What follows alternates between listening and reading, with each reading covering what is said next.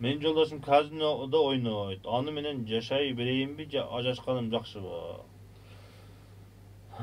Эгерде күйөөңүз күнөөкөр болсо, жаман ишке барып жаткан болсо, сиздин вазифаңыз аны аркасына өтүп дозокко бир тээп кетип калыш эмес да.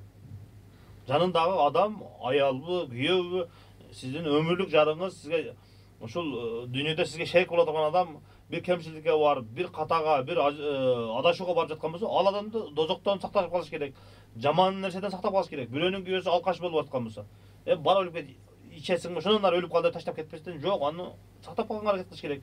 Бирөөнүн күйөөсү уурларга кошулуп аткан болсо, уурлук кылып жүрөр, өлсөң дагы өл, камалсаң камал деп таштап кетип калбастан, ал адамды сактап, жүр, адал жашайлык, адал нерсени жейли деп сактап калганга аракет кылыш керек да.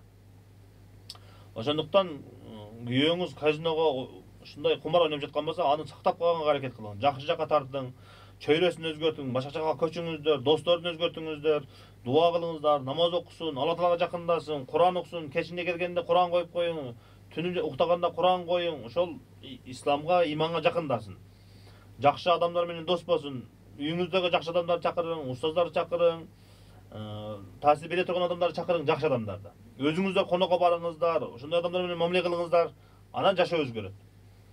Жаман адам болуп, кемчилик кетип, адашып жаткан адамды өлгөндүн үстүнө көмгөн кылып таштап койбостон, аны балким ошол балдарыңыздын атасы, сиз менен канча жылдан бери жашап жаткан адам, сиздин сүйгөнүңүз, канча жылдар бою сиз сүйгөнсүз, ал сизди сүйгөн, канча жакшылык күндөрдү көргөнсүз, жакшы нерселерди алып берген, сизге кызмат кылган, ошончо жакшылык кылган адамды кыйынчылык убакта таштап кеткендик адамгерчиликке жатпайт.